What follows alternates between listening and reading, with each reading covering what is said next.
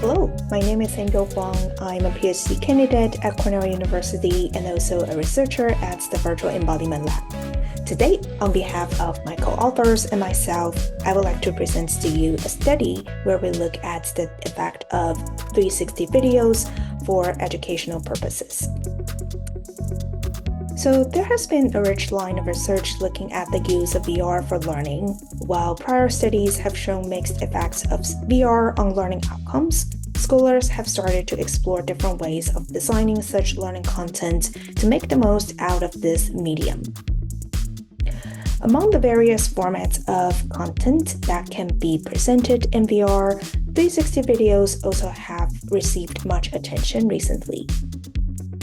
We did a literature review looking at recent studies applying 360 videos in education. We found that the type of content is particularly helpful for students to learn about procedures, to learn through the surrounding environment, and to learn to empathize other groups.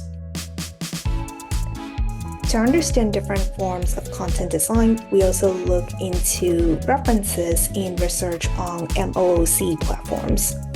Former studies have compared and found studies responded differently to tutorial videos that were designed in monologue versus dialogue styles.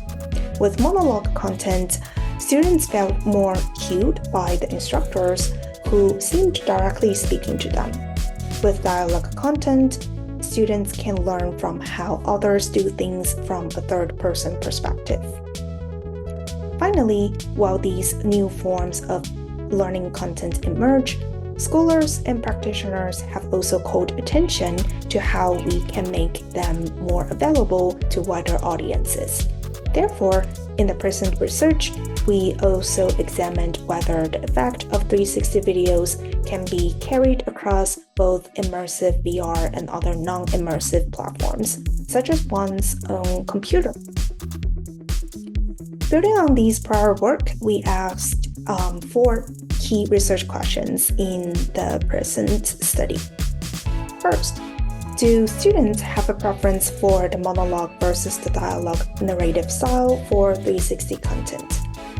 Second, how does narrative style in 360-degree videos influence users' viewing experience, including their perceived physical and social presence, emotion, comfort, realism, and interest?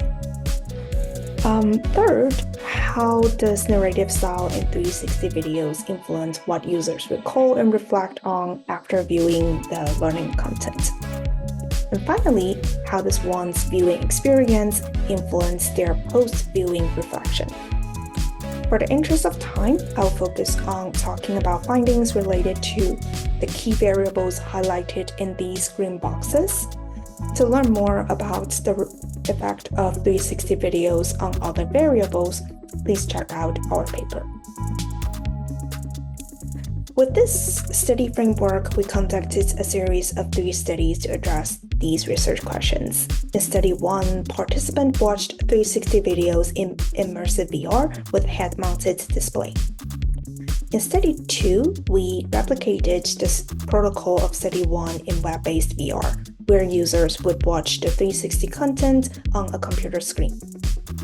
Finally, to ensure participants did interact with the 360 content instead of just passively watching the videos like watching other 2D, non-interactive videos, we further tracked participants' mouse click behavior in Study 3.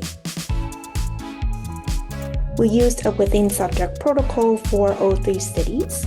After consenting, each participant would watch 2 360 videos and respond to a survey that asked about their learning outcomes and learning experiences after each video. Finally, they will answer an exit survey to address their overall learning experiences. We randomized the topic and the narrative style of the videos so that each participant would watch a monologue and a dialogue video in random order. The topics of the videos were randomly drawn from one of the 3, including flowering, pruning, and fruiting. Participants would only watch each topic once and would only see each narrative style once throughout the study. In the monologue videos, there was an instructor who spoke directly to viewers. In the dialogue videos, there were two instructors speaking to each other. These instructors were themselves local farmers who spoke about farming topics that they were familiar with. Across the three studies, we first found that participants showed significant preference toward the monologue format, as they felt more comfortable and emotionally engaged when they watched the monologue content. We also saw participants reported greater perceived social and physical presence when they watched the monologue videos than the dialogue videos. And this difference is more significant on the web platform than in immersive VR. Furthermore, we saw that increased physical presence and social presence would lead to greater information retention and reflection after viewing the 360 content.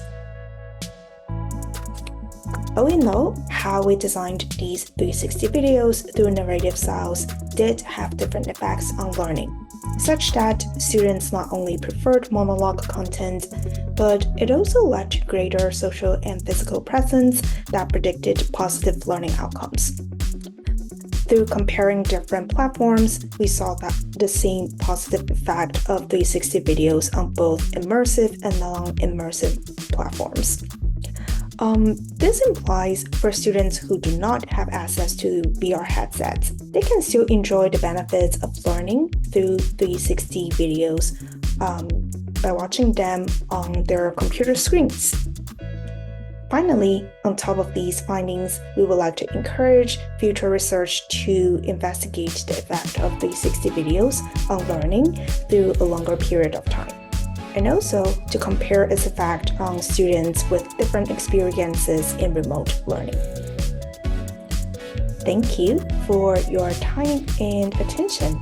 We look forward to talking about this project at CSCW, and feel free to reach out to me for any questions as well.